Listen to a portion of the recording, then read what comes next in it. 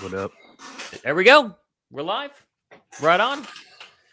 This is going to be fun. I was excited that you guys were all down to go ahead and jump on and have a little collab here. I don't think any of us have ever been all together at one time. I know you two have, but I've not ever been a part of it. So it helps that we won last night, right? Because it would have been a total, crap fest if we would have blown the lead and then we all come on here upset and everyone's in the chat all upset. At least we can sit back and be happy to be 6-0, huh? Now, not only happy, like ecstatic. Yeah. I mean, like, it's just like, is this real? Is this really happening? 6-0? Yeah, I mean, like, just looking at the schedule, we thought it would be a little light, but I had some bumps early on because of how different the defense was. But this team has, risen to each occasion, and they've shown that they're very versatile in how they get the job done. We've seen the 300-yard games, we've seen the 200-yard rushing games, we've seen the big sacks, we've seen the big interceptions. So they've been able to win different ways, and that's what stands out to me. And I still don't think we reached our full potential because we've been leaving a lot of plays out there, especially in the second half. So I still think the creativity of coaching staff will get it right in the second half, and then who knows what this team really is. But so far, so good. Yeah, it almost felt like, I don't know. I had 44-6 vibes early yesterday. I really thought they was going to just be like a total drubbing. They were going to just kill the Cowboys, and then all this conversation of, well, that we can't score in the second half was going to go away, and every single major media outlet this morning was going to just, sing our praises. And then there's like three drives where we couldn't move the football that well, and then we had that one drive to go ahead and seal it. It still is amazing that that's going to be the Eagles were unable to score every single time they touch the football. But I get what you're saying. This team can blow out and beat everybody if all gears start ticking. And, a couple of drives here and there, and they were unable to do so. Quick thing in the chat. I don't know where Lord Brunson is. He's supposed to be on. I sent him a message. So he did agree. So I'm assuming he's either running a little late, but, we're just going to ride with it for people asking where Brunson is down in the chat. So any minute now. Let's just go with that. Yeah. But so I do agree with you in the sense that, come halftime, and now listen, I do the play-by-plays, and I was on record. And, the chat got a little mad at me because, a lot of my chat is superstitious, and I am too, in the sense of, like, if I'm watching a game, not doing the play-by-play, if the Eagles are doing good with this scenario, with my kid sitting on my right lap or something like that, we keep it going like that. However, I said 20-3, I said, the one thing I do not want to see, especially because it's the Cowboys, we've had let down second halves. I want to keep the foot on the gas pedal, and I do not want to see a scenario, and I said this in the beginning of halftime, where we come to the fourth quarter and it's 20-17, and lo and behold, it was true, and I was upset. I got to tell you guys, like, I think that I saw this coming, like, remember they had the 4th and inches. Cowboys had 4th and inches, and they roll out and they don't get the first down. Eagles get the ball back, and I think it was maybe 13-0 at that point. I can't remember what the score was, but or it was 14-0. And I said the Eagles have to go for the kill right now. Like, Dallas is back on their heels. They're wobbling. You cannot give them any more victory. You've got to be aggressive here. And I felt like at that point, the play calling changed. Like, you could feel it change. Like, They were content running it 3 times and kicking a field goal. Then Slay gets an interception. They were content with that. And it's like, man, you have to have that killer instinct. Like, I feel like this is a young coaching staff. I feel like they're learning, but I don't feel like Nick Sirianni has a good feel for when a team is on its heels. Like, you've got to go for the kill shot. You make that 24-0. I don't think Dallas comes back, but they get the moral victory of, hey, we held them to 3. Then we held them to 3 again. It's like these little victories, and then all of a sudden they get a good kick return. You put 3 points, and it snowballs. But, like, I feel like every week, we're up, and then we give up away a lead. Even when we were down 14-0 to Jacksonville, we wind up taking a big lead, and they crawl back in because I think the coaching staff hasn't learned, like, how to put teams to bed yet. They need that killer instinct.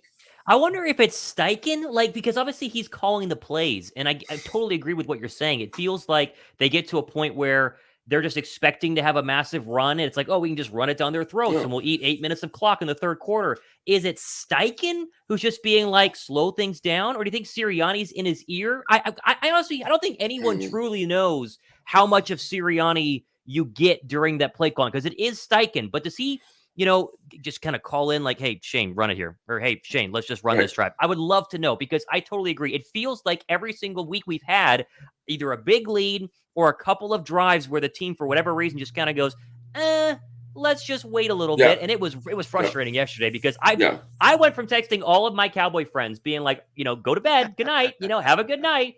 And then it was touchdown and then a punt. And then and I was like, oh my gosh, please do not make me eat my words. It's just weird. And I think Steichen, I've said before, I think Steichen gets a head coaching job just due to the fact that in the NFL, you need offensive coordinators to become head coaches. Like, we're seeing what happens when you go ahead and hire these defensive guys. They don't work out ever.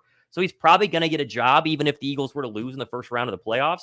But I do wonder if he just gets scared, if he just tries a different side of the play sheet. I don't know, guys. Well, one thing.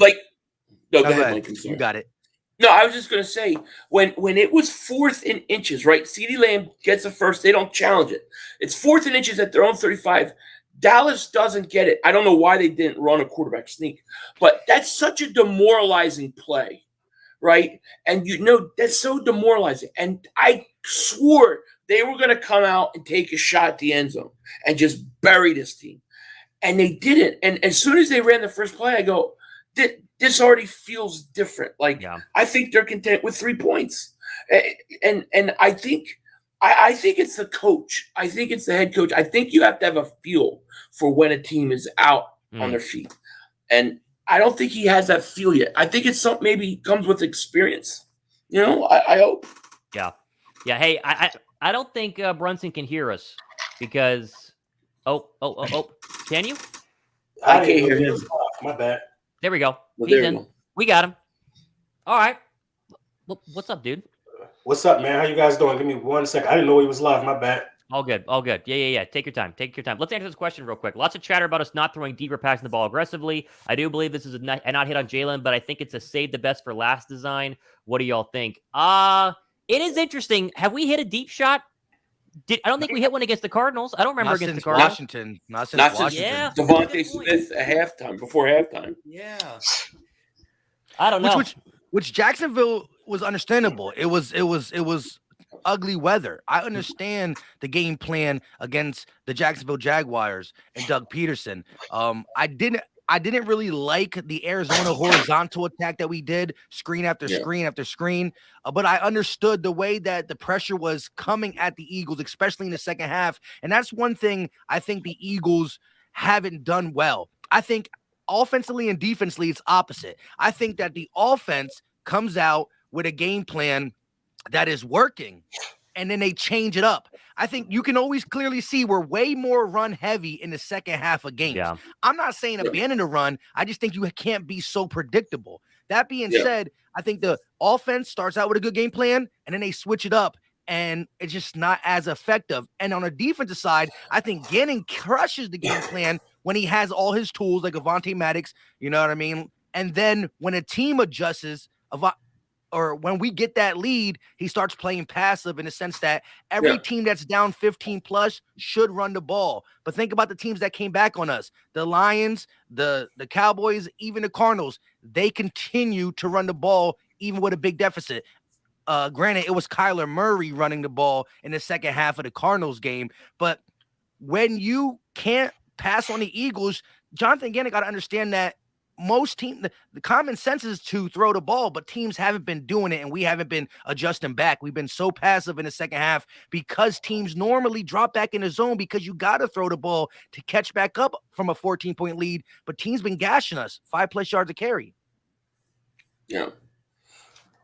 Well, 14-point lead isn't that big. I mean, it's a nice lead, but it ain't insurmountable. To me, that once again goes to why are they running in the second half? Because they're up so big. They're more concerned, in my opinion, about killing the clock. Like, take a shot. Like they should have a rule. We're not letting up on a team until there's like 1:50 left in the game. Like after the 2-minute warning. I agree. I think we're really missing that killer instinct. I was at the game yesterday, and obviously I'm hoarse, and I'm going through a lot of stuff, recovering from being there. And we got to keep our foot on a lot of these teams' necks, man. We got to, how many? I think the league will respect us more. Like, we respect us as Eagles fans, but it's a certain level of respect you have for certain teams that just go out there and dominate from first quarter to fourth quarter, and we definitely haven't been doing that. So that's the only one negative that I got from the game that I saw from me being there. Nobody wants to be nervous after being up 23. Like, I was a little nervous. You know what I mean? I was talking a lot of trash. And to, you know what I mean? And to see the team not go out there and finish their food, so to speak. But I did like the drive that Jalen Hurts put together to put the game away, though. I did like that drive. That was clutch. Yes. It is interesting, though, that I feel like any other year the Eagles would have lost at least 2 games at this point, based on like how they played. Like, they would have lost the Lions game somehow, and they would have blown the Cardinal game or the Cowboy game. They would have lost these ones. And so a lot of people, and we all just talked about it there, we have our concerns in terms of the killer instinct, but at least they're not losing. I think that gives me the most hope that, like, okay, there's only one other team in my lifetime that I remember having that sort of don't lose close game mentality, and it was 2017. I mean, literally almost every single time they had any sort of adversity, Wentz, whenever he used to be good, would swing back in there and win it and all of that sort of thing. Also, by the way, we just got this one asking about injuries. You guys see that Carson Wentz is out with some sort of finger injury for like 4 to 6 weeks or something like that? So I think that means he misses the game on Monday night, right? Because we're wow. Yep. Was he even going to be the This is almost getting too easy. I'm almost afraid that it's getting too easy.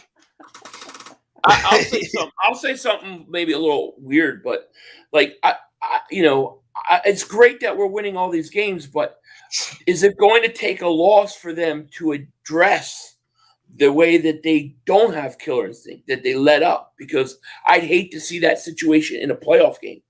I think you got to learn to have that killer instinct. Brunson, you were at the game when the Eagles get the ball back on 4th and inches, right? Don't you think they're going to take a shot at the end zone right there? Like, go for the kill right there. Dallas is out on their feet. Absolutely. It's almost like when Dallas got that good kick return back or punt return. I can't remember which one it was from Turpin. We kind of just like let up on them. It's so hard to explain, man. When you see it live, we looked gassed, but then there were some things that happened, though. Gardner Johnson going out, the defense looked totally different for a couple of plays. When you put Kayvon Wallace in, it was not the same defense. Kayvon Wallace is rough, defense. Man. I thought he was going to do something by year 3. When he comes in, it's like we're screwed. As soon as he came in, he is, and I appreciate the guy's special teams backup, but the difference between him and CJ is like leagues and leagues. Man, it was holes opening up out of nowhere. Like that tight end ain't see the light of day until CJ went out the game. Yeah. You know what I mean? And it go ahead, Mike. I thought you said something. The facts. Yeah, it just the killer instinct is just missing, man. Everything else is there for me. They were saying that we wouldn't be able to, sustain long drives against Dallas. We had 2 drives, 10 plus snaps. 7 minutes off the clock apiece, so we can sustain long drives. It's just, where's the deep shots at? This is 2 games in a row for me. Right. I would have loved to see them test the Dallas corners long. I would have loved. That's Diggs. I wanted Diggs tested with AJ, but a win is a win. I'm not complaining. Yeah, but the crazy thing is, though, is this team is blowing people out by halftime. Like, I did a video on it today. Like, this team is destroying everybody by halftime. I mean, if they haven't even put a full 60-minute game together yet. Can you imagine when this team is actually playing good from the first quarter to the fourth quarter? Yeah. I mean, they're scary, dude. This is a scary good team right now. But you know what that takes, though? I was thinking about this, man. That takes good play calling, man. The play callers start getting weird. After we took a big lead, it just was like we started the game not running at all. You know what I mean? We started the game just throwing. And it gets way too run heavy. And I'm not saying, like we said, do not abandon the run. I want it. But we're getting back-to-back runs. And real quick, my favorite time to take a shot is on 2nd down. And if you are running the ball successfully like the Eagles have been doing, you run it on 1st down and you get it that 6 or 7 yard piece. Right? The first thing the defense is thinking, 2nd and 2, 2nd and 3. I would bet my bottom dollar 85% of the calls we have done and what a normal NFL team would do is run the ball. But that is when you take your shot. That is when the box gets heavy, and that's when you should do that. And I just think that, and I've been watching the all 22s, and it's not even that Jalen's not doing it. We're not really calling them. Now, I will say Arizona and Dallas both were able to blitz us crazily in the second half. Arizona by blitzing and us by losing Lane Johnson in this Cowboys game. I think that is some of the reasons why we're not calling it, but we still got personnel one-on-one to really get the ball deep, whether it's Quez, Devontae, or AJ. Yeah. So you go ahead and max protect one time with a running back in Goddard. I know we want Goddard running out there, but do it one time and take a shot. I think that's a must for this offense. And once you start doing that, the run game will come back right around 2. Yeah. Especially if you I'm sorry. No, you're good. I was just going to say, especially if you roll him out. I mean, you're getting a lot of pressure, but you could roll him out and buy some time and take a deep shot. You could definitely do that. It keeps the defense honest as well. Nobody's afraid of us stretching the field because we're not doing it. I mean, Quez Watkins in the slot going deep is problems for any safety in the league. We just got to call these plays and dial them up. So yeah, I felt like Steichen just got, as soon as Lane Johnson went out, he just went panic mode, because you did see a couple of possessions or a couple of snaps where, Jalen got blitzed instantly. It is interesting how we're not able to, like you guys said, max protect well against the blitz. If I was going to scheme against Philadelphia, I would load the box to obviously stop the run, and I'd call a blitz on every third down, and I would make sure that we know how to stop the blitz, because I think the starting offensive line is fantastic, but even when they've had healthy guys in there, which hasn't been the case, it does seem like blitzes have been a little bit of an issue, and Jalen bails him out with his legs sometime, and then sometimes he doesn't in the end overall. It's a good chat here. 4 favorite Eagle content creators together is cool. Rowan last night talking trash to the Cowboys. Man, I know you guys did too, but I was talking so much trash until it was like, a 1-score game, and then I immediately stopped. I turned my phone down, I flipped it, and I was like, I can't do this, because if I talk trash and then we lose, my life is basically ruined for the next week. I just straight muscled through it. I said, listen, if I'm going out, I'm going out bad. I'm going to I went out. Muscle through it. I was still talking trash on Twitter. And listen, and the chat was mad at me too, because LB, you didn't listen to this. And listen, so we go up 23 and we go to halftime. You know I'm doing my play-by-plays, right? And I say, I'm talking trash. And I say, listen, because it's Dallas, I didn't care about taking my foot off. Well, I didn't care about it because it resulted in the win, but taking the foot off the gas pedal against Jacksonville, Arizona, Detroit, I don't care anymore. We got the win. It's over. This is the time. I felt the big blowout coming, and I said the one thing that will make me sick to my stomach, and I said these exact words.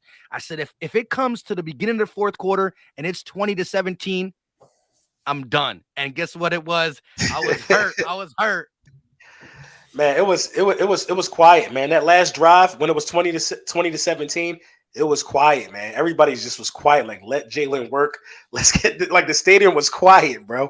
It was super quiet. And I was like, I was at like the 50-yard line pretty much. It was quiet down there, bro. Was that the loudest that you've ever had? You've ever heard the link? No. Really? What was louder? It was a playoff game. That makes sense. It was a playoff game. That was close. That was like top 5. That was top 5. You know what? That was the loudest I've heard the link. The playoff game I'm thinking about was at Veterans Stadium. It was pretty loud. It was a while ago. Yeah, when I was with my grandma. This is a while ago. So that was the loudest I heard the link. It was, they brought Meek Mill out. There was no way he was losing that game. So I still was talking trash. You're just not losing. The entrance when Meek Mill came out, it was electrifying, man. That was the first time I saw the Dallas Cowboys in person. So it was, it was electrifying in there. I didn't think they were going to lose. I never thought they were going to lose that game last night. I never thought, because this is what we've done all year. This is exactly what we did all year. But this is the problem that I'm having right now. So now the game is over. It's Victory Monday. It's a lot of excuses that just don't even, coincide with football logic for real. Like, it's a lot of excuses by the Dallas Cowboys, and it's a lot of Eagles fans who watch the game how we watch the game. You know what I mean? And we feel like we could have kind of did better. Like, we still have not put our best game together, and we're 6-0. You just can't be mad going into a bye under these circumstances. And that's where the Cowboys' excuse and their processing is, the Eagles gave us all we got, and they barely beat us. No, bro, that's not the truth. And here's my biggest thing. they kind of act like I said this right away. I said the whole Cooper Rush, that's the reason you won. That they had them in their draft saved all week. However, they had them saved, but they didn't act like that. My thing is they were pumping their chest. They understood that Cooper Rush is not better than Dak Prescott. I understand that. They understand that. But what they said on Twitter and on YouTube was the formula of Cooper Rush doing the little things right, running the ball, playing defense at the level they're playing was enough. The tape watchers said it was enough to beat us. They watched the Eagles tape, they watched the Cowboys tape, and they said our offense is going to give us enough with the run game, and our defense is going to do enough things. So my thing is, y'all knew what was happening. You didn't get blindsided by Cooper Rush starting. But I did say this, and 500 came into the Battle Birds podcast thing, and I said, look, Cooper Rush hasn't turned the ball over once in 4 games. The very first turnover is not going to be the only one. It's going to be an avalanche. I know you said about the Hassan strip sack, but I said Cooper Rush I thought it would be strip sack. Yep. 1 turnover, and it's going to fall because he hasn't had to face adversity this whole season. He's old like a veteran, but he's not. He got 5 games, 4 wins this season. So I said 1 turnover with the link, with Meek, LB's there, the crowd, there's no going back. With 1 turnover, I said there's more coming, and it came. I think I've seen 6 interceptions in person since the season started. It's like when I go to games, we just get interceptions for some reason. I think I saw 6 interceptions in person. I'm ready to fly to Dallas on the 24th, man. There you go. Like I just feel like every time I'm in the building, we win. Listen, you got to go then. Yeah, we got to get like a little GoFundMe to get you at that game for sure. Although hopefully, honestly, at that point, what is that, week 16, week 15, whatever it is? If we don't have the division locked up, then that means something seriously went wrong. Because I get this whole, listen, the Giants are way better than I think all 4 of us thought that they were going to be. I really thought they were going to struggle to get to 6 wins. But clearly they have a great coaching staff, and Saquon Barkley's back, and Daniel Jones is, I don't even know, but he's winning football games. But none of us think they're going to compete with Philadelphia. But Dallas has got a 2.5 game hole now. And the schedule is at least harder than ours. It's not that hard, but our schedule is, cupcake. If we're at a point Christmas Eve where we're really sweating out that game for anything other than like our playoff seeding being 1 or 2, something will have had to have happened, in my opinion. And I think Dallas is a good football team. Credit where credit is due. Cooper Rush kept them afloat. I know we all hate Dallas here, but Cooper Rush did his job. I think if you have a healthy Dak Prescott, they're going to be a wild card team. But at this point, 6 games through the season, you can't even tell me a Cowboy fan hooked up to a lie detector could genuinely tell you he thinks the Cowboys are a better overall team than Philadelphia. They have nice pieces. Micah Parsons is insane. He's really good. But other than that, they have 1 decent wide receiver. Their offensive line is middle of the pack. They have, 1 good cornerback, and you can't name anyone else on the defense. It's very clear that we should be just fine. And if you get to Christmas and it's like, oh my gosh, we have to beat the Cowboys to win the division, there's got to be a huge drop-off somewhere where we've lost 3 or 4 or 5 games because, man, like everyone said tonight, Philly, you play 4 quarters of what we know they're able to do. That's 31-10, that's right. 31-17. It's not close. Yeah, I can agree with that. And being a guy, I saw Dallas in person, and I'm not gonna lie, man, I wasn't impressed. I know we don't want to go hard on them. I wasn't impressed. That's not a defense that I would be scared of going against them again. I'm gonna just keep it 100. I'm more worried about some of the other teams that keep pulling off these upsets. Like, didn't Pittsburgh just get an upset? That's our next opponent, right? So you got to kind of take some of those teams that nobody's talking about serious, like Pittsburgh, like the Jets. So I'm more concerned with those guys. I think the guys in our division, they want to beat us so bad that it's just not going to happen. But some of those other teams can absolutely catch us slipping. That's why it's important to develop that killer instinct. And I feel like we have the killer instinct when we go against teams who, that we should beat up. I think we'll turn into killers against Pittsburgh.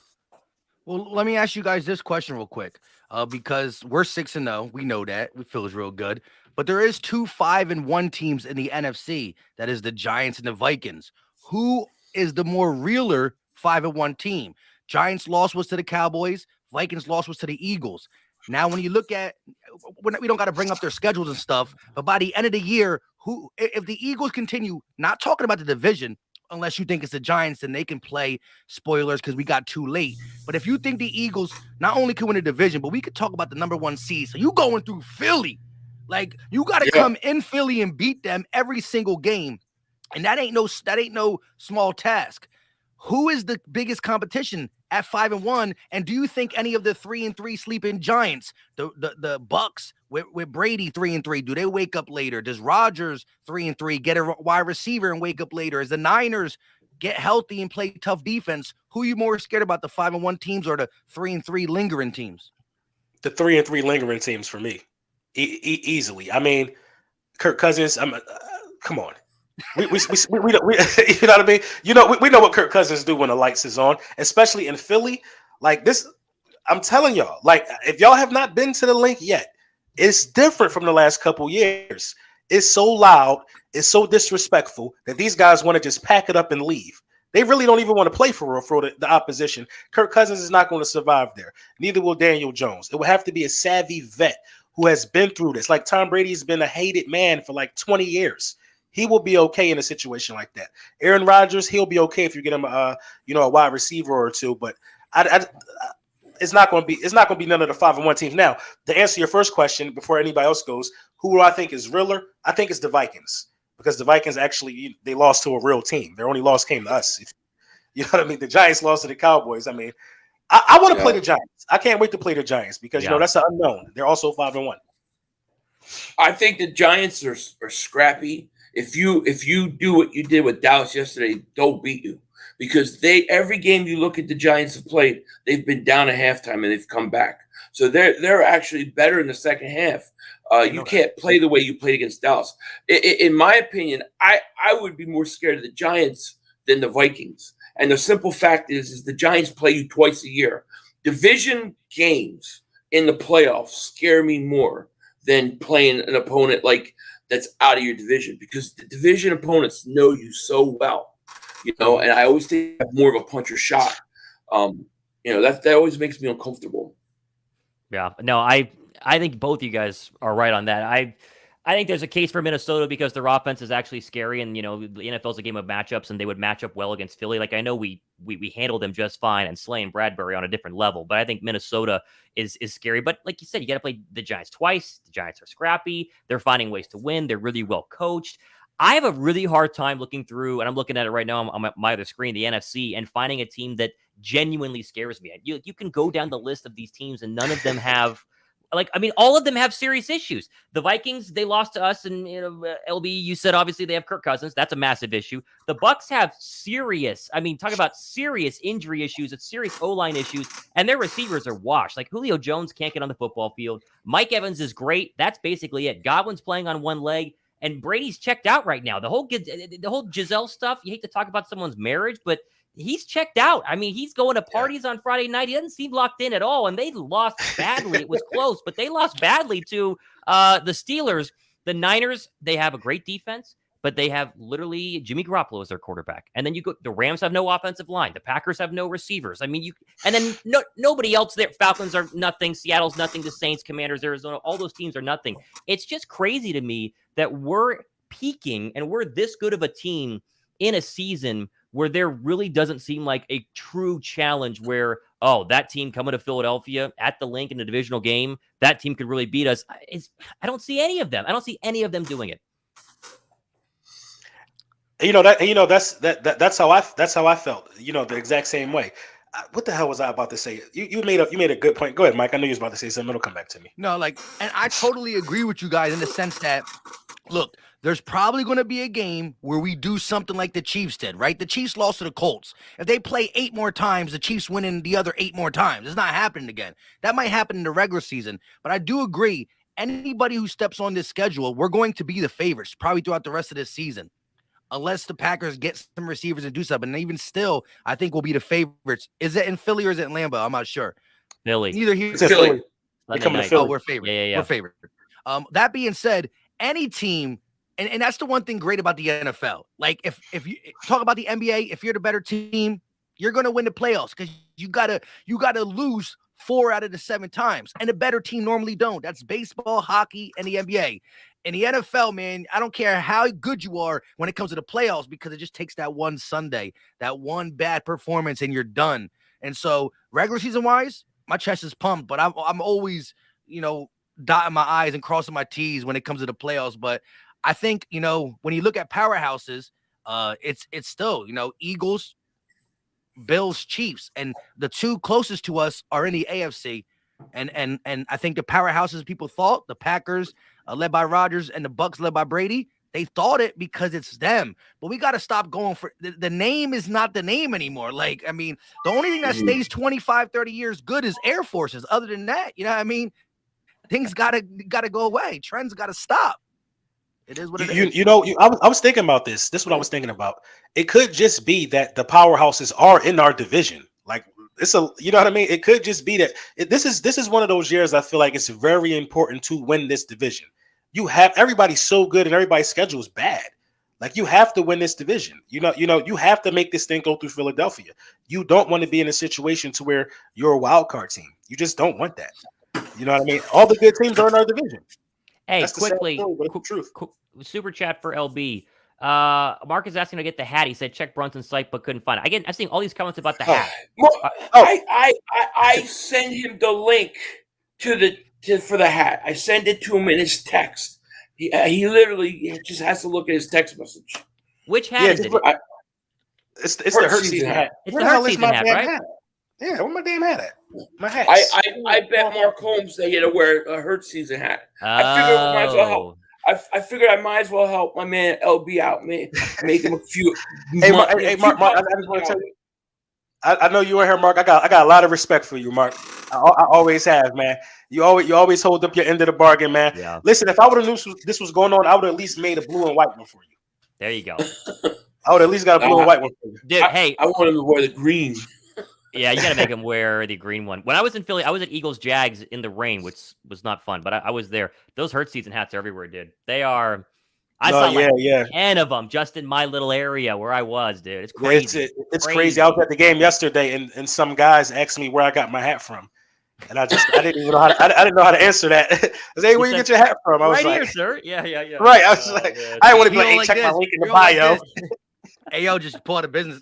Just you got to print them out. That's You got what to you print them out need. with the That's link what on it you so they can need. go type it in manually. Pretty much. I think I'm gonna get like a tap card. That way I can just tap it on your phone and take you right to the website. You would have said, I made those. I created those. They'd be like, nah, you're lying. They would never believe it. I don't even bother saying that no more. Just like, if you know at this point. Right. Has everyone gone to a game so far this year? Are you guys have any plans for I future haven't ones? gone to a game. I haven't gone to a game this year. Okay. Yeah, No. me and Mike were in the away game at Washington together. Oh, I saw that. I saw the picture on Twitter. Yeah. That was dope, I've man. never been. Dope, man. Like, do Commander fans even show up? Like at this point, We took that over. It was it was green. It was Yeah, green. can you imagine just for a second? And we hate on all teams here. Imagine being a Washington Commanders football fan for like the past 20 years, for as long as we've all been Eagle fans. Imagine being a Commanders fan. You had the RG3 year, which I went to Baylor, and so like RG3 was our boy. But that was it. And since then, it's been nothing but terrible. They have to change the name. Imagine having to change like all your gear. Like this shirt no longer exists because we're not the Philadelphia Eagles anymore. Right. Man, that has to have stunk. Plus, that stadium apparently is awful. It's horrible. That's Terrible. tight as hell, man. Horrible. Y'all need to sit people every other seat. Well, you might as well do it because no one shows up. But man, it's not right. It's not right. Have y'all been to Jerry World? Have y'all been to the new Cowboy Stadium? Nah, No. I haven't. Terrible I viewing want to experience. go so bad, but it's not. I mean, It's honestly not. It's not worth it. It's too I- big. I would go. I would meet you up there, LB, if it wasn't Christmas Eve. They ain't That's messing with my- my Christmas Eve. that's No. my only thing, man. I don't want to spend Christmas up there. That's my only thing.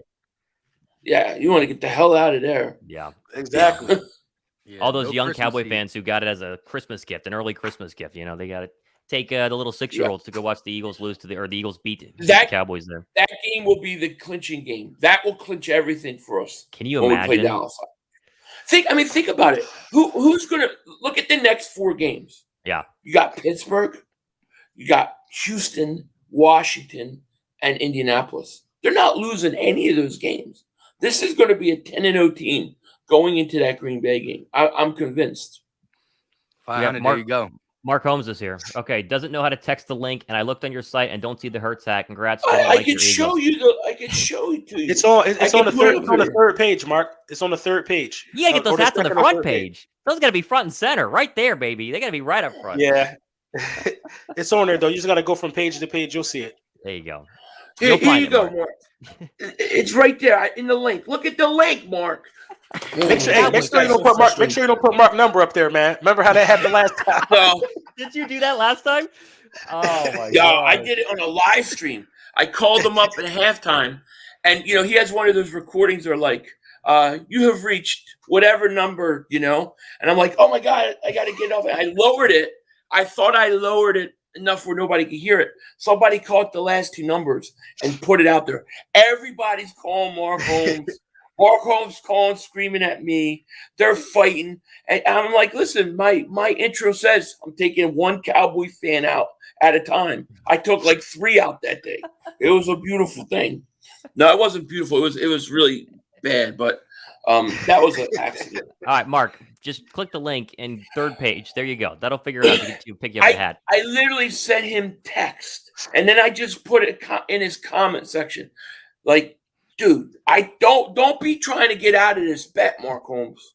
I'll get it. I Listen, think he's going, if you change your order, Mark, I'll get it expedited so you can get your There you go. as soon as possible. Overnight it. I think you should charge him double. I'll get it expedited for you. I think you should charge him double. Brock has an interesting question here, which I don't think the national media has really mentioned this. What are your guys' thoughts to make a comparison of Hurts to young McNabb? Aside from McNabb's can of an arm, I see many similarities. First off, have you guys seen anyone in the Eagle or national media really bring up this comparison? The only thing I've seen from McNabb is that McNabb constantly seems to kind of not take shots at the Eagles, but I don't know how you guys feel about Donovan. And I loved him as a kid growing up because he was the guy, but he seems to, anytime he goes on like 94.1 or he's, gets interviewed by someone, say, "Hey, Donovan, what do you think of the Eagles this year?" His most recent comment was, "They're still 2 or 3 years out." And I'm like, Donovan, come on. Can we at least give a little credit where credit is due? And he had a comment on Hurts where he was like not sold, but thinks that he's good. I don't think he's hating, but it does feel like he's got a little bit of jealousy just because no one ever talks about Donovan McNabb anymore. Let me just say this real quick.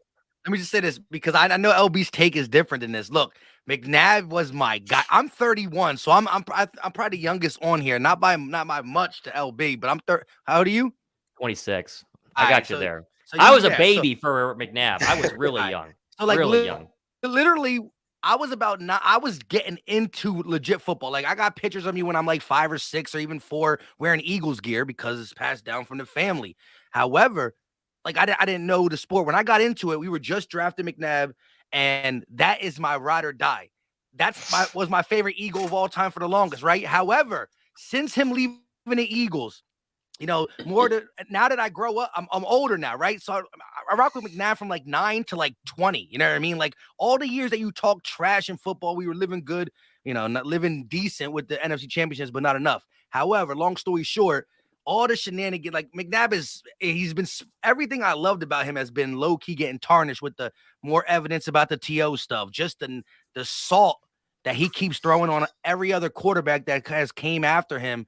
It's just disturbing to say the least. So like my respect went down. Like, look, you an Eagle great, or you an Eagle stat stuffer, or whatever you want to call McNabb. Like, look at Shady pumping his chest for the Eagles no matter what. Just rock with the team, especially when it's this good. So it's disappointing for sure. He's jealous. He's hating, man.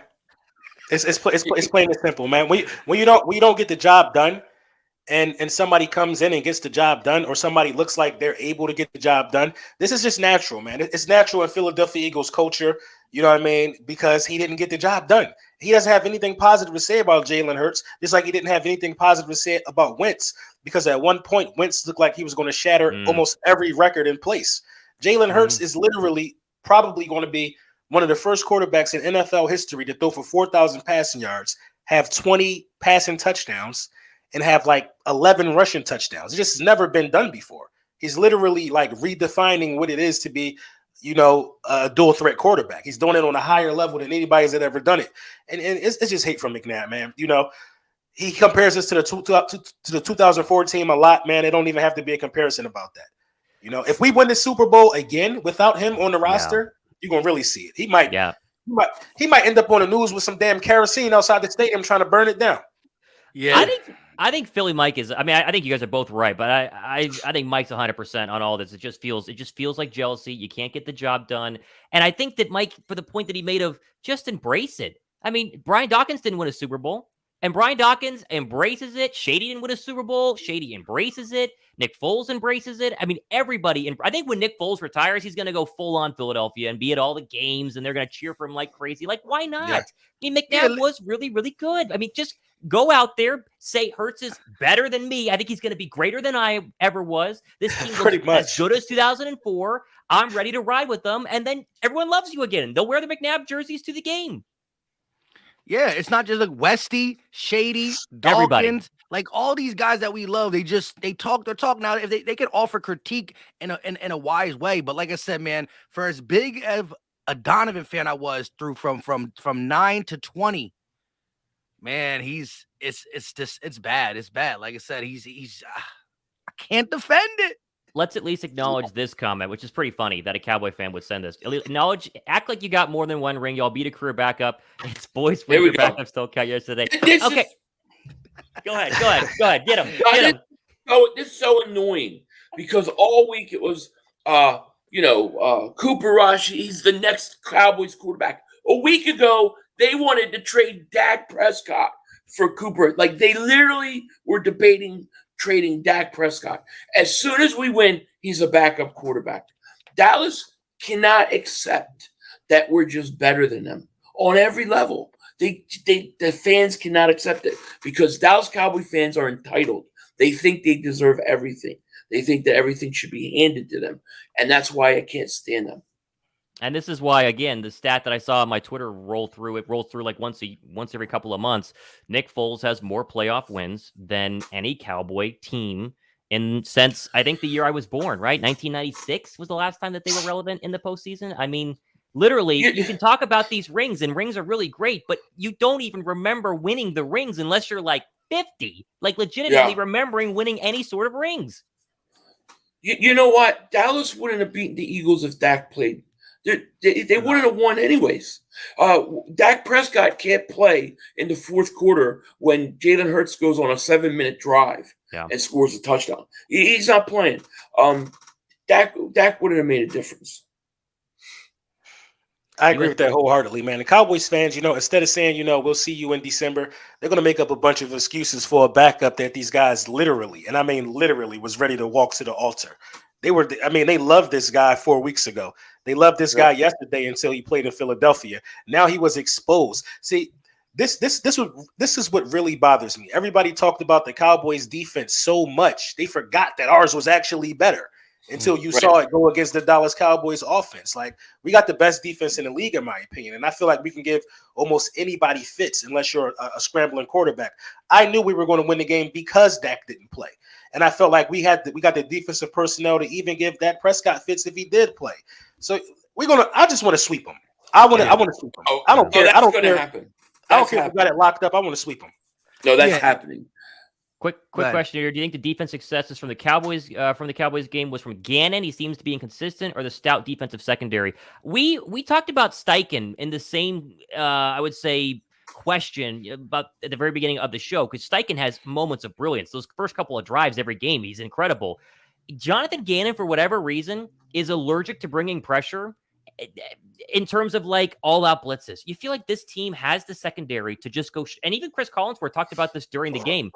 Play press man across the board, bring the heat. Let's see if Cooper Rush can beat you and beat Darius Slay and James Bradbury, who are the two best corners in the league. It makes no sense. I know. Gannon is way better than last year because he had, head-scratching games for like entire quarters. Yeah. But the fact that they don't get a lead and then go, okay, beat us one-on-one. Literally beat us one-on-one. And then once you do, back off it. Okay, good job. But he hasn't done that yet this year. And that's my one gripe with Gannon. It's like, dude, go. All out. Zero pressure. The Vikings game, he sent like 8 both times. Yeah. I will agree with you. 4 games ago, it's crazy time ago. Yeah. So they blitzed 3 times last night, right? They only blitzed 3 times. Yeah. Like to me, I would like to blitz like 48-50% of the time. That's what I think a team should be. You remember Jim Johnson, right? No, what do you mean? There's a couple teams that blitz over that. over 50%. I The think Giants have a high rate. The Giants are coming hard. believe, Yeah. I believe in the blitz. Look, Jim Johnson, right? He never lost to inexperienced quarterbacks, young quarterbacks, because he brought so much heat and from so many different ways that they didn't know what to do. Jonathan Gannon doesn't do it. I don't understand. What is there to respect about Cooper Rush? Like, really? Like, what are you respecting about him? Go at this guy, man. Well, I think I don't get it. Well, I think we have the personnel to blitz. I just don't think that we do it correctly. Like, we got beat with that naked bootleg or whatever that rollout was like 6 times in a row because we just blitzed to one side. Tight end, yeah. Yeah, you know what I mean? They were using our aggressiveness against us. But then when I noticed the way Dallas blitzes, they always blitz and make sure that edge is occupied so you can't escape either side.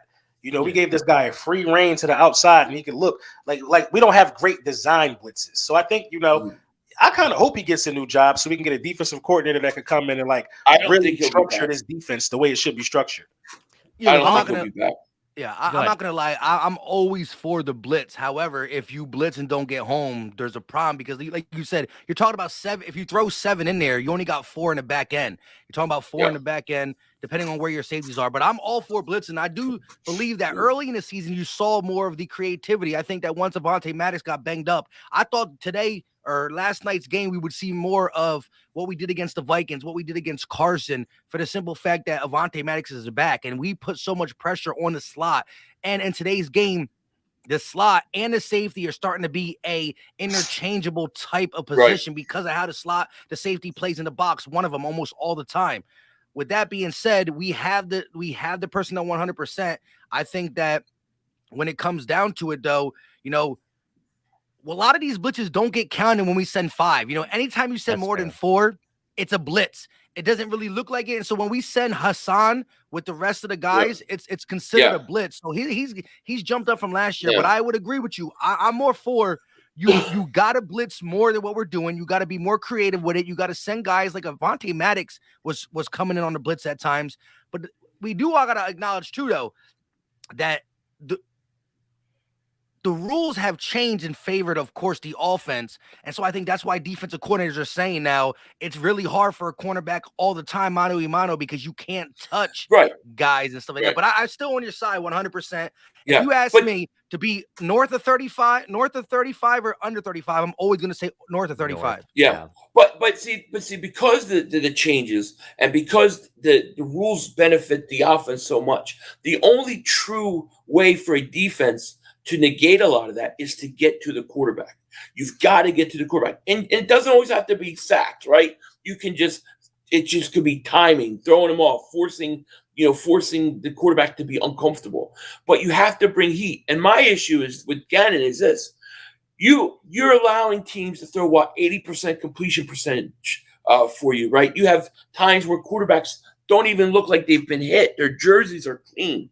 At what point do you say, I've got to try something because what I'm doing isn't working? Like, I'd rather get caught on one big play than die by 1,000 paper cuts. That's how I feel with him, you know. Well, last year, real quick, last year we were 31st in sacks. This year we still were top 5. We might have fell out the top 5 now because we didn't sack Cooper Rush. Right. But I totally agree with you. You got to move the quarterback off the mark. But again, that's why it pays. And what do you think?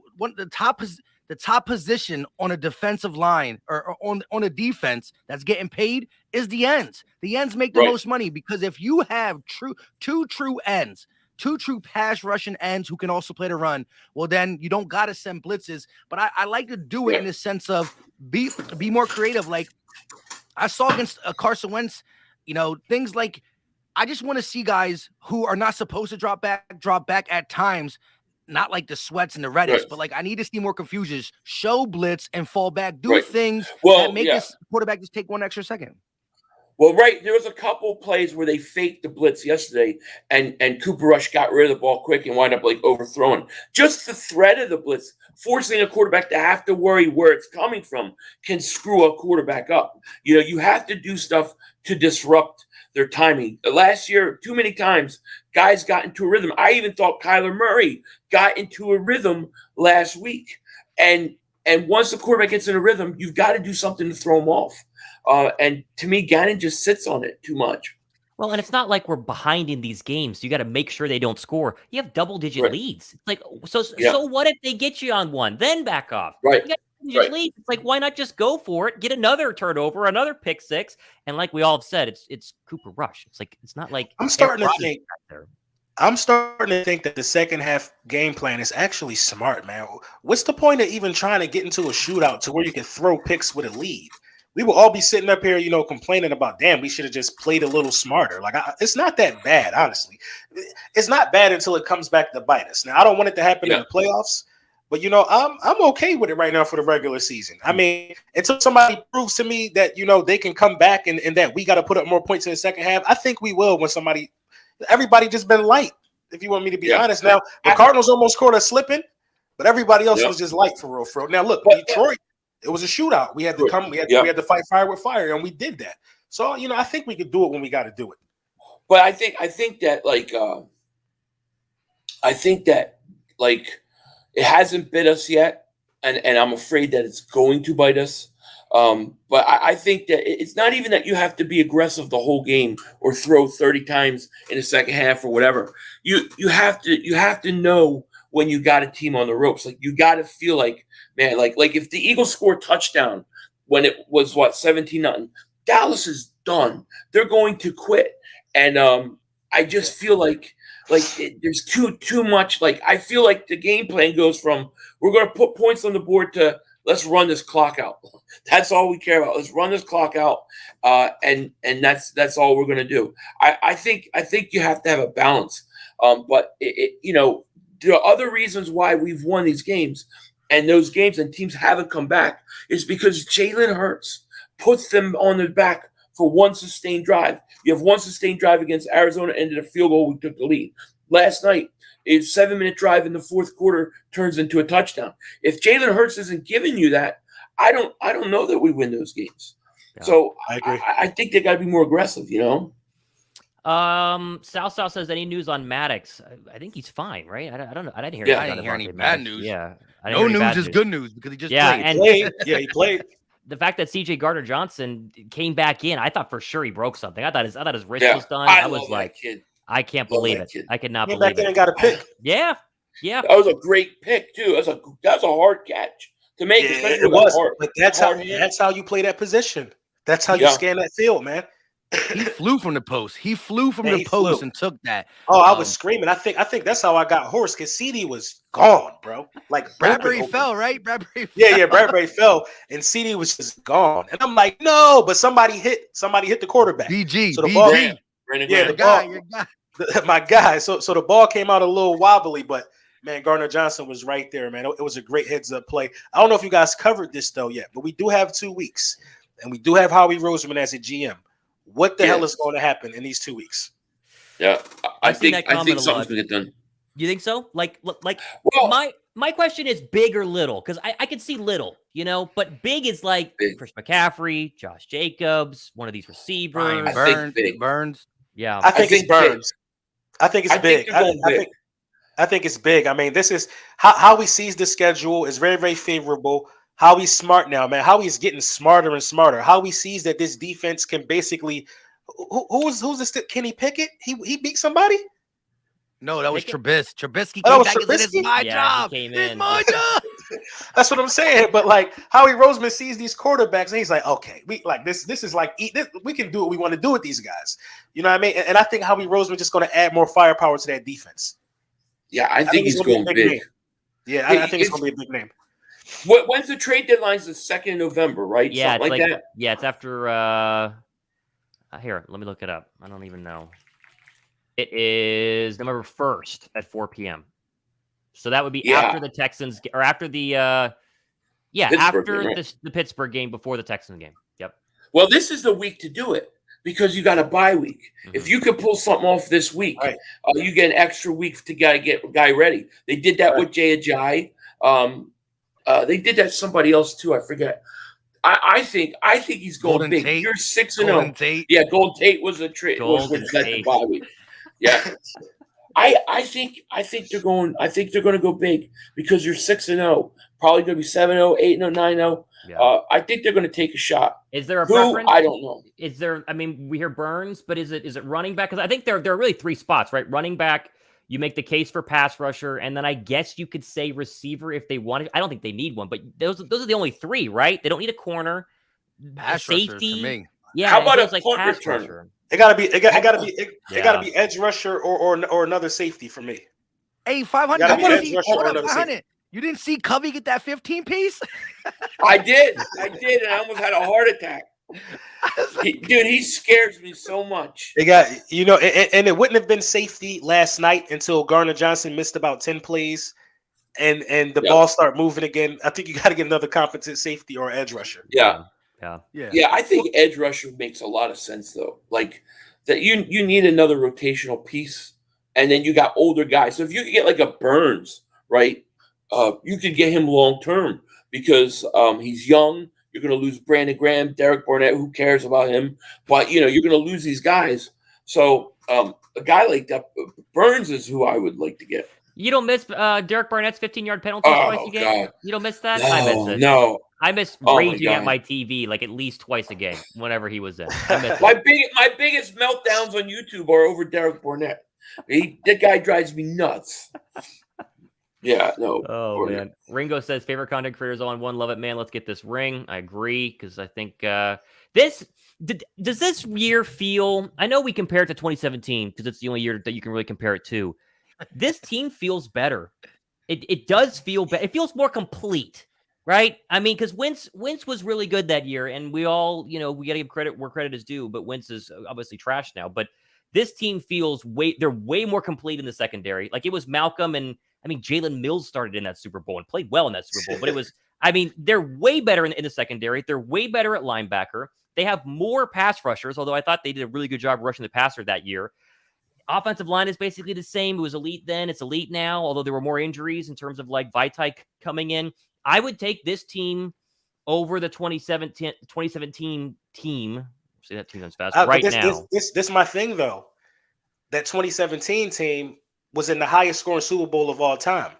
Like you got to have a gunslinger to compete in that type of Super Bowl. Yeah. But the defense that we have now, they probably wouldn't allow Brady to score that many points as frequently as they did in that Super Bowl. So I don't know, man. This team is looking real legit, man. Well, look, I did this for fun. I didn't put it on Twitter yet. I was going to do it tomorrow because I did it later. I looked up Carson Wentz in 17's first 6 games, compared it to Jalen Hurts.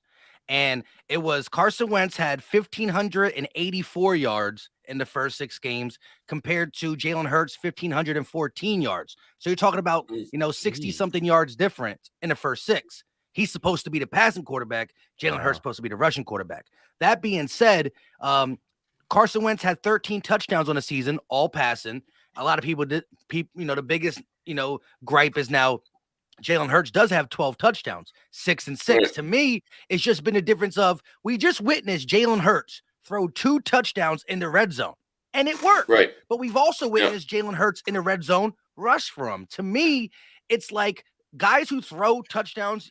I'm not saying Jalen Hurts can or can't do it with them, but at the end of the day, these other guys don't have the option, and their coaches are not calling the plays for Jalen Hurts the same way. So to me, he accounted for 12. But when you look at that, you're talking about 60 yards difference. Talking about 1 touchdown difference. Mind you, Jalen Hurts has more rushing yards than Carson Wentz did, but it's similar from an offensive standpoint. And then I just looked at how does this team rank in total touchdowns in the NFL throughout this season. And we are 3rd in the NFL in total touchdowns. Listen, when it comes when push comes to shove, 3s are 3s, but touchdowns are what win you games. So when you look at it, it's number 1 Chiefs with 22, number 2 Bills with 21, and number 3 Eagles with 20. Now, they'll credit the Bills and Chiefs for having amazing offenses. Why? Because them 21 touchdowns from the Bills, 19 of them are from Josh Allen throwing. The 22 touchdowns for the Chiefs are 15 from them throwing. It doesn't matter. Jalen Hurts is the catalyst of this offense. And when we get down to the red zone, we score a lot rushing because the true foundation of this team is still in the offensive line. And our wide receivers are not divas. They're down for whatever. So at the end of the day, when you look at explosive offenses, we're third in scoring touchdowns. That's a big deal. And we haven't even begun to play in the second half yet. And well, that's on that real quick. 82, that's first 82 half differential. 82 plus differential in the second quarter is disgusting. I mean, you're talking about putting those numbers up and really only playing in the first half. I mean, that's what I'm saying. The difference, I think, between this 2017 team and this team is I think this team's a little younger.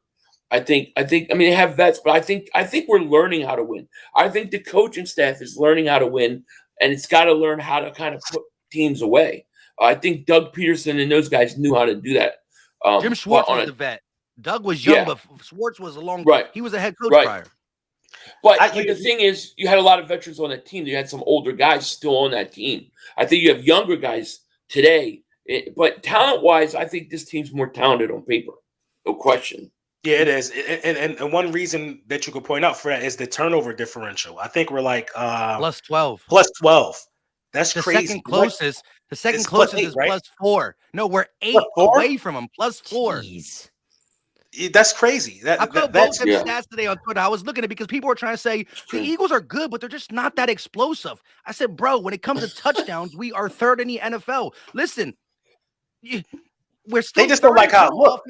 We're third in total offense, and we're third in scoring. I prefer scoring over total offense because that could get skewed as you get down there, but you don't finish.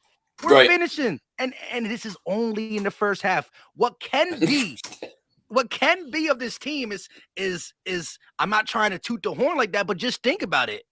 If you can unlock 4 quarters of this play, I mean, I feel like Nick Sirianni and Steichen, they almost got to go to Jalen at halftime while we up like 14 or 17 because we always are for some damn reason, and say, kill him.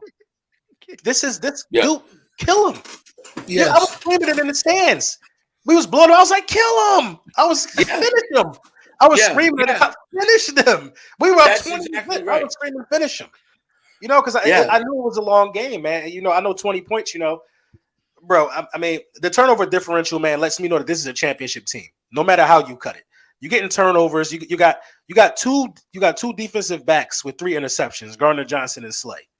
You got Bradbury with 2 interceptions. One is a pick 6. You got Avonte Maddox. Do we even have a fumble this year? Everything is we just taking the ball away easily, right? All interceptions, right? I think so. I don't think we do. That's crazy, man. Interception. Right. We lead the league in 3 and outs. I mean, the defense is legit, man. I don't even have to talk about Jalen Hurts as much as I want to because he's playing well. But the defense is scary, man. And this is literally the best defense in the National Football League. And with how good Jalen Hurts is playing and how good the offense can turn it on at one time, you know what I mean? This is a championship team, man. I mean, I hate to say this after 6 games, but this is a really well put together team, and they understand each other and they play for each other. So, I mean, I feel sorry for whoever we got to see after the bye, after we get a little healthy. Yeah.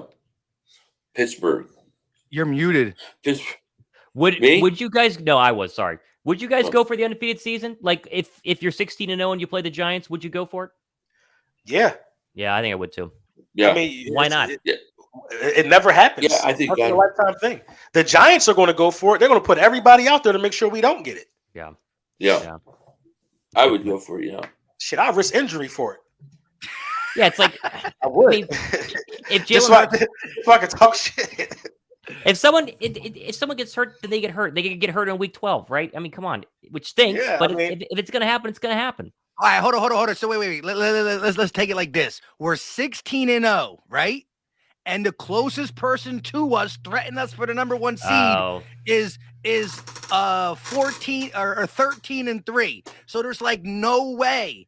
Now, listen, I agree. Listen, at the end of the day, going into the playoffs with that undefeated tag is crazy. And look, to me, at the end of the day, I'm superstitious at times, but my thing is like, bro, if I put my hat on 3 times and it doesn't matter. The players are going to play. I always try to talk myself into that. I would have if we had guys banged up, I'd be scared too. But I do tend to lean towards the bro, we can really do it. My thing would be like maybe the Giants are not playing for nothing because maybe the Giants are locked up in there. But like Right. if we were 16-0 and the closest person was like 3 games away, you know what I mean? I don't know. I gotta do it. I do it. I think Brady and them went for it that year. They did. They did. And they played the Giants, right? Wasn't it the Giants in one of those last games? Yeah, And they went for it that year. They played the Giants, and that's how they had the perfect regular season record. And then they ended up losing to the Giants in the Super Bowl. Yeah. If I remember correctly. So could you imagine NFC Championship Eagles Giants after we just finished them off to get to 16-0? Like, come on. But this is why I say go for it. If you're that hot and you just winning and you got it down pat, you don't want to take no break, man. True. I mean, I just feel like we want to get a break, though. Guys, you don't know what that'll happen. You will get a break. Yeah, you right. Will it's get going a to break come from the bye. We would get the first bye. There's only one bye now. Used to be Only 2 one bye, buys. Only one team gets the bye. So if we did go into that 17 game, like let us smack up on the Giants real quick, we would have 1 week before we play our playoff team, and it would be in the divisional round. I would definitely go for it because if you already got the bye locked up, you don't want to rest for 2 weeks. So I would definitely go for it. I forgot about that for a second. I think we can't keep allowing the league to believe we can come back on putting a foot on opponent's necks. It's psychological. We need to instill fear. That is the one. And we mentioned this. That is the one gripe, right? If you would have beaten Dallas by like 30 last night, the fear is fully instilled. Now teams are still terrified of us, but it does feel like they need another game like the Vikings game, maybe with a little bit extra on the backside, where they fully go, okay, like if they were to stomp on the Colts by 25 points, if they go Packers on Sunday night and they beat Aaron Rodgers and make him look as bad as he has so far, he lost the Jets last week, which is nuts. Then I think the fear really becomes there. And then it's that psychological battle of, okay, we can't come back against this team. I think we've all said that's kind of the one little gripe that we all have so far. It's like, let's give us a win where it's like a full-on 30-point drubbing and it goes absolutely insane. Yeah, I agree. I think we lost LB there for a second. We'll see if he joins back in. Yeah. Surprised you so far. What was y'all's record predictions at the beginning of the year? I think I said 12 wins. I was like 12. I had 12. I had 12 and 5. Yeah. Okay. 12-2. That's easy peasy now. Yeah. Yeah. Yeah. If you don't get to 12 and 5, then it's like who's injured, who's, what happened at some point to get all of the way down there. Here he is. He's back. My biggest disappointment so far is the return game. Like, we've done nothing in that return game at all. Special teams scares me. I'm afraid it's going to cost us at some point. I really am. My biggest disappointment is what we've been saying. The third quarter, I'll be more specific, because we've seen the grown man drive by Jalen and company against the Cowboys, the grown man drive against Arizona to kick the field goal, even a grown man drive against Detroit. And that was all in the fourth quarter. But that third quarter, sheesh. That's my biggest disappointment. Yeah. Yeah. Yeah, I totally agree on that one. I think that the special teams is a big one. I'm trying to think of someone to trade for, but I don't know if there's a team that would trade away their special teams player. We talk about trading for someone out there. Yeah, if he said I'll come back just for punt returns, I would do it. He's too old for that. I think he's too old. He's got to be too old. The last time he got hurt as an Eagle, it was because of the punt return, but it was a cheap shot. Honestly, at this point, I would literally just put Quez back there.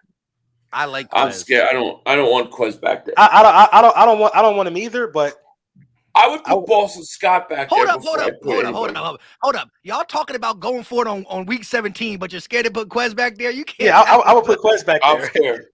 I'm scared to put him back there. I first of all, I haven't seen him do anything that makes me go, oh yeah, he's good back here. Every time Quez did a kick return, we got to the 15-yard line. I would love to get somebody in special teams that can return. I don't know if it's something you could trade for, or if it's something that you can find somebody off the practice squad. But I think Rager stats in Minnesota. They stink. They still stinks over there. Well, look, 500. That's the thing, though. I think we use Quez more on the kick returns than the punt returns. To me, the way they kick, I forgot where they moved it up to, but it's almost a moot point to even bring it out because it's hard to get. You have to make like 3 guys miss to even get back to the 25. Right. My thing is like just kneel that junk in there unless they kick it to the 1, then you got to take it out. But I do want to see Quez get somewhat of a groove. I want to see like 5 in a row, whether it's all in one game or back-to-back games, because I do think, as you've seen Turpentine or whatever that guy's name, Turpentine, whatever. He's not got crazy wiggle. He just makes one man miss and he's gone. So I think Quez got that. We just got to see it more. He's got the speed. He's definitely got the speed. I don't want Quez out. I don't want to see Smitty back there. I saw Smitty back there. That's definitely no. Was that in the Washington game, Mike? When we saw Smitty back there? I saw Smitty back there. Almost lost my damn mind. I didn't believe you because I looked away for a second. I must have been tweeting. You were like, "Is that Smitty?" I was like, "No, you're lying." Then I look on the Jumbotron and it's Smitty out there. We definitely got to find some type of specialist, I think. But my kids are about to come in, guys. I'm sorry about that. All good. How long you guys going to be going on? I mean, I'm not going to stay on for too much longer. I'll probably go until you guys want to hop off. But yeah, I mean, I'm not going to stay on for much longer. Okay, yeah. So let me greet the kiddos, and I'm gonna catch this Monday Night Football. Hey, definitely, we got to do this again, though. I appreciate you having me on, bro. Hey, man, I appreciate you guys. This is fun. All right, I do. All right, LB, see you. Okay, guys. I'll quickly answer LT's question here. He says, was Driscoll's performance troubling? I don't know if it's troubling. I think it's hard to go from left tackle and then you're back up, and now you're at right tackle. Against Micah Parsons, they left him on an island too. I kind of I thought he did okay. I mean, Parsons had no sacks, right? He had nothing. True. And Driscoll played left tackle the week earlier. I think he's all right. The question is do we trust him enough to trade Dillard? Because Dillard's a piece that you could definitely move. You know. Yeah, I do. I would. I do too. But then you just wonder, like, okay, what happens if you face Dallas in the divisional round, right? And Mailata's gone. You know, Driscoll could play left. That they're going to be fine. True. I don't know. I guess I think you really need that one true swing tackle, and we got to remember Andre's not even really a swing. He's a Mailata out specialist. If Mailata's healthy and he got to play right guard or right tackle, it's MIA time. And Driscoll, I think, played well in Mailata's absence. I think, like you said, it was a tall task for Parsons. I mean, he let 2 pressures, but I think, listen, it's all about the return. Mind you, Dillard's leaving soon. Like, he's about to walk for free. At the end of the year, If you could figure something out, Driscoll, we just drafted 2 years ago? So he's still got at least 2 years on, like 2 more years, like this year and next year at least on his contract. And, you know, depending on what happens, you can give him decent money to be your swing guy. And listen, you heard what Jordan Mailata said, what college he went to, right? Did you see that 500? No. Listen, I put it in my. I did a video about 2 hours before we got on here, and it's within the first 30 seconds. You know how Sunday night when you come out and it says like Malcolm Jenkins, the Ohio State, right? Yeah. He said Jordan Mailata, Jeff Stoutland University. That's awesome. That was good. That's awesome. Yeah, that's true, right? I mean, geez, the guy never played football till he was on the team. And now he's like basically one of the best left tackles in the entire league. Yeah, he's a stud. Yeah, I guess if you would give me like a 3rd round draft pick for Dillard, I'd probably do it right now. Sure. I mean, a 6th, it's like, what's a 6th? No. You give it like a 3rd or a 4th. All right. Be free. Go on. You know. I'm thinking, what about a player? Is there a player out there? Like we got to see. Yeah, Carolina's going to clean up. They traded Robbie Anderson today, right? That was crazy. So, he went to Arizona. For like a 6th. So they're going to clean house. See, I think Burns is getting traded. I think they're going to trade him. Yeah. Oh God, I would love to get that guy. But if I could get a player for him, you think? What do you think it'll take to get Burns? What would you give up for him? At this point, I might give up my first. Would you? I got 2, right? Right. I got 2, and it looks like our first, right? Yeah, our first, not New Orleans first. 32nd overall. Right? Yeah. But what I'm saying is like you have those 2 picks as insurance to Hurts. It looks like Jalen Hurts is going to be the guy. So to me, that frees up one of those 1st round picks. And if I could get myself a premier pass rusher, a defensive end, I might consider it. I might consider it. That's fair. Yeah, well, now you got to double check because, like I said, just say the Saints end up in that 5-6 slot, right? 5-6 slot. Who's that one pass rusher that everybody's talking about already? Will Anderson. Yeah. So now let's say that our pick, our pick is gonna be if we are who we think we are, our pick is floating around as dang near a second round pick. I was gonna say if you package our pick and that pick and something to move from 5 to maybe 3 or 2 to get that guy. Well, mind you, listen, quarterbacks are going to go first, though. Like, think about Young and CJ Stroud. Quarterbacks going to go first. So if at 5, he might be flirting with 4 or 5. So it's risky. If you give the first pick now, I like Brian Burns. He's a player, 24 years old, still 1 year on his contract, only $2 million this year. Only cost us like $2 million. But again, then you take the risk that, you wouldn't want Will Anderson to go one in front of you when you thought maybe you had some draft leverage. Right. That's a guy that can be your staple of your defense alongside of Jordan Davis and them boys. Well, the Saints are going to give us a top 5 pick. It's going to happen. It looks like it. I mean, they're going to lose third. They play Thursday. They play Arizona. They should have lost to Atlanta week 1. So they don't look good, man. One pick. You were scared about the Bengals, right? What's that? No, go ahead, read it, Thomas. Sorry, I meant one. It just said one pick for a right tackle or a right guard. Yeah, I don't think we're at a point where we're going to replace Lane in this draft. I don't think. I mean, Lane is getting up there, but he's still the best right tackle in the league, if not one of the 3 best. Yeah, no, I think he has got 2-3 years at least. Maybe next year, maybe the year after. Yeah, I don't think so overall. But if that Saints pick is in the top 5, then Will Anderson is fully in play because Stroud and Bryce Young. It's going to be like the Carson Wentz, Jared Goff draft. That's the straight up to get him. Yeah. It'd be nice if we got the Saints had the first pick overall, and we could trade back to 3 or 4 and get extra picks, and then take them. Something like that. If that happened, I mean, we're sitting on the greatest. It'd be awesome. GM moves in the past 3 years. I mean, seriously, it would be the best that we'd ever seen in the NFL. Well, let's talk about this real quick. We got a guy on our squad that has multiple PBUs, 3 interceptions, and he cost a 5th and a 6th. That's CJ Gardner-Johnson. Just like it really hit me again today when I woke up and I see my man he's about to get Defensive Player of the Week in the NFC. He should get that locked up. Yeah. Just remember, I had to remember, we really traded a 5th and a 6th rounder for what to be playing like the best safety in the NFC. I mean, like he's up there, you know what I mean? And guess what? This is his true first year playing safety. This was his transition year. We're 6 games into the transition. He's starting to play. Every week he does more and more. That's a great trade. I love ripping off New Orleans. It's really fun. You knew it was bad whenever Saints fans were tweeting that they'd been absolutely fleeced. You knew it was bad whenever they finally admitted that.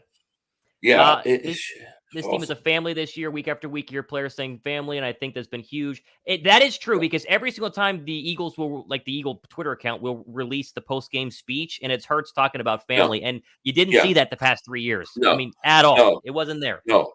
Did you guys see the AJ Brown? I'm sure you guys did. The AJ Brown comment about playing in Philly, like he was like that was like a different level. He's been stuck in Tennessee. Now he's in Philly. That guy loves it, man. It's great. People always talk about how hard it is to play in Philly because we're so mean and there's so much pressure. Like Wentz obviously couldn't do it. AJ Brown is making it so simple. You play well. And then you compliment us. You say, hey, this is fun. And then we'll love you forever. It's that simple. I don't know why there isn't a little brochure that you give a player when they're traded to Philadelphia. Here's what you do. Step 1, play well. Step 2, say it's fun to play here. That's all it takes. Instead of this whole ooh, well, I get a little butt hurt because they booed me today. Yeah. It's so simple. It's not hard. And yet a lot of people make it hard. And the third one is just, again, as you said, play well. Say you like playing here, and accountability. Admit when you're bad. Yep. Like, look, if I had a bad game, I had a bad game. You say it. We booed you. You say it. Throw it away, or as Jalen would say, flush it, and then just let's keep going. Yeah, that's it. Yeah, I don't know. It's awesome. I love seeing AJ Brown say that, man. You could tell he literally was like, this was next level for him. And listen, he even said He was like 500. He was like, I've been in playoff games in Tennessee, and there's nothing met this atmosphere on a regular season week 6, Eagles, Dallas, Sunday night. So listen, he loves it. He loves it. Yeah, it makes you wonder what free agency next year could look like. I mean, free agency next year could be scary, and they're not going to need a lot of players, but it could be a scenario where it's like, hey, you want to go play in Tennessee where like they don't care that you even exist? You want to come play here because we just went to the NFC Championship game or won a Super Bowl or something crazy like that. Like free agency could be nuts at the end of this year because they're gonna have money, right? Even if they pay Jalen, they still should have money overall. I think so. They should. I think so too. But you know, they're going to be like the primo spot people want to go to. But I'm telling you, they got to find a way to keep Bradbury. They have to find a way to keep James Brown. I mean, God, that guy's good, man. And he's a perfect complement to what you have with Darius Slay too. Like I love our corners. I really do. We haven't had. I mean, this is Lito Shepherd and Sheldon Brown like 4.0. They're way better, and those guys were good. And that was the last time you had a real combo. I was so critical when they got James Bradbury because all I could think was Byron Maxwell and Nnamdi Asomugha and the long list of corners that have never been that good. And I think is there another corner who's playing as good as he is right now? Like seriously, I mean, you're watching Slay. Ramsey's getting Slay, right? Ramsey's getting old. Sertan's pretty good in Denver playing right now. I mean, there's a changing of the guard in terms of best corners in the league, and Slay's finally getting his because he's been the best corner in the league. But Bradbury's suddenly going to be like, oh, shoot, like you got to play Bradbury. I really wanted Bradbury because I thought he played decent, like the Giant games I saw. I just thought, like, that team is horrible. They have no pass rush or anything.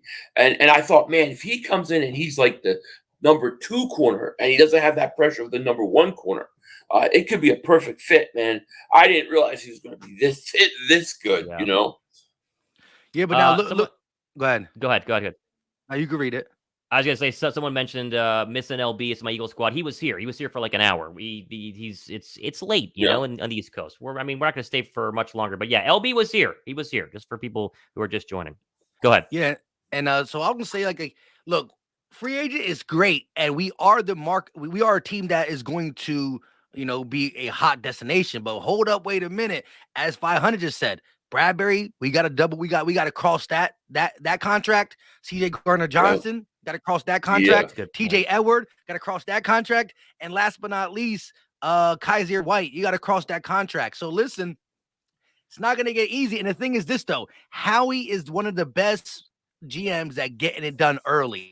But here's the thing, too many people are peaking. So you got to pick your poison in a sense like this. Now, look, TJ Edwards has been great.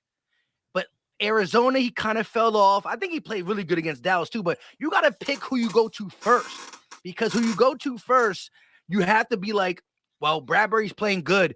I can't let him play too much better before I come to him. Or Garner Johnson or Kaiser White. But the crazy part is they're all playing lights out. And I don't even know what Marcus Epps' contract is. I think he might have one more year, or is he? So it's we have the money. But my thing is, before we talk about Eddie Free, look, I'm okay, depending on how the season goes, running it back with these guys. If you could lock up these guys for 2 to 3 years, maybe one of them on another 1-year deal where you pay a little bit more, or a signing bonus high and say, give me one more quality year and we got you, one of the younger guys, like a CJ Gardner-Johnson, give him a nice, he's one of the youngest, Bradbury being like 29, but you got to make it work because we just named, these guys been different makers. Yeah. Yeah. What would be nice is if you could get Bradbury back with Slay and then take one of your first round picks and draft a corner and then let that corner learn behind Slay and Bradbury for a year. That would be a great position to be in, Yeah. I think overall, the good news is that everyone talks about the Super Bowl window. The window officially starts this year. Like, it wasn't ready last year. It hasn't been ready since 2017. It starts this year, and everyone has one, whether it's 1 year, 2 year, 4, 5, whatever it is. It feels like they can just start to extend that and go, okay, it's a 3-year window, right? It's a 4-year window. And they're not winning the Super Bowl every single year, but they're going to be how the Bills are right now, very much in the Super Bowl window. The Chiefs, and they've been in a window for 4 or 5 years with Patrick Mahomes. It feels like we are entering the Super Bowl window. And if they keep doing things right, and I think, Mike, you said it, you just lock the guys up and run it back with what you have, the window is going to be there because Jalen Hurts is only going to get better. Yeah, think Right. about it. Since the Chiefs got that core set, they really didn't add pieces. They low key lost pieces, but they lost small pieces and were able to sustain this window. Since the Bills got Diggs, they didn't add many pieces until last year. Okay, Von Miller, and that's the reason they just realized they ran into the buzzsaw called the Kansas City Chiefs. Let's get a pass Right. rusher because the window is there, and they want to get they want to put themselves on the top. And so I think our window is just starting. We got our core is here for the simple fact that think about it. The whole left side is locked up. All the skill players and Jalen Hurts are all young. Now you look at the right side and Kelsey. We seem to have a guy in Cam Jurgens who might be able to be, you know, a plug and play. We'll see about that. We think Lane got 3 more years. That's still the window right there. And then you look on the defense. That is where you got to make sure you get the right guys back because Fletch leaving, BG soon to be gone. So I think you still, even though we put all this offseason toolage into the defense, you still got to draft and secure your defense. And that's where I think the window stays for. If you can find a way to give a couple, like you know, you get CJ Gardner-Johnson and Kaiser or TJ, get them 3 long-term, you know, 3+, and then you get, you know, Bradbury because he's older on. If you can get if the longest, whoever the shortest one is, 2 years, 3 years, that's our window. You know what I mean? Because everybody else is locked up. Smitty, AJ, Goddard is all locked up for 4+ or 3+. Yeah, it's true. Point. Mr. A9 says CJ Gardner-Johnson's post-game speech about humbling himself when arriving at Philly caught my eye. Philly in a place for prima donnas or divas. That's true. I mean, we've known that forever. And is there a prima donna on this football team? I can't think of one. Not at all. No, not at all. We got Batmans. Yeah, it's crazy. We got Batmans. That's right. That's crazy. Yeah, they're all not like prima donnas. Yeah, it's true. No, it's a good team. It's a fun year to be an Eagle fan, man. I mean, listen, and you guys know this better than anybody. The Eagles are always relevant. They've been relevant my entire life. Whether they have an up or down season, they're always kind of back into the mix. But it's different whenever they are not just one of the good teams. It felt like in 2017, it took a while for people to really go Philly's legit. And then the injury happens, and then they just scrapped it. Philly's terrible. It's fun to kind of finally get the whole idea of like, hey, Philly's not just one of the teams. They're it in the NFC. Right now, they're it. They can change, Brady, Rodgers, whatever. But you go through this roster, and we talked about this for an hour and a half. There's not another team that I would take in a blind reveal side by side over Philadelphia. And it's not close. Yeah. It's not close. No. Crazy. No, not in the NFC. Yeah, I agree. Yeah, and to your point, you know, the 17 team was like the most exciting team, but it was a team that, you know, you came off a humbling 7-9 type season. You know what I mean? You were happy about Carson Wentz. You added weapons, but you did not. It wasn't like, oh, this is it. But the fact of the matter is, the Eagles have been a talking point for the national media, saying how much better we got while already making a playoff push in year 1 of the new regime with Hurts and Sirianni. Yeah. So the fact of the matter is, the Eagles came in this season with high expectations, and we've done exactly. We met the high expectations thus far this season. You could gripe about a couple things, but the Eagles, we always talked about, we come in as underdogs. Right. This year we had to wear the paper champs, the best team, the favorites, and we wore the favorites 6 times the right way. And so it is good to be like, since May, this team has been touted, and now we're in early October and we're still being the same touted, because the last time we had all out offseason kind of backfired for reasons not to be said, you know? Yeah. No, but the thing with that 2017 team, I think it was that Carolina game. It was a Sunday night or Monday night game. If you guys remember, it was that Carolina. It was a Thursday game. Yeah. That Carolina game, that was really the first time you said, okay, this team is legit. And I think that, I don't remember what week, that was like, I'd be like week 8, week 9, something like that. This team right now, you can look at the NFC. There's not a team better than them. And it's not even close. So, we're sitting pretty right now. Collie Wally says the stream is like the infinity gauntlet of Eagle YouTubers. Love all your content, boys. Go Birds. Hey, awesome. There's a lot of Eagle content creators out there. We could be like 8 or 9 wide with some really good content creators. But yeah, it was fun having LB earlier and then hanging out with y'all for I think this is great. I think this is probably a good place to stop. I don't think we want to keep going forever, although we could. There's a lot to talk about in terms of Philadelphia. But hey, I appreciate it, guys. It's fun getting to hang out with all of you, and I think we got to do it more often. I think a little stream every now and then it's a good thing. Yeah. And hey, the Birds are 6-0 and they just beat Dallas. So we got 2 weeks to revel in that. Feel really good about it. Yep. Yeah, man. Thanks for having us on. Appreciate it. All right, guys. I really appreciate it. I hope you guys enjoy the rest of your night. Thanks everyone for watching. See you. Peace. Peace.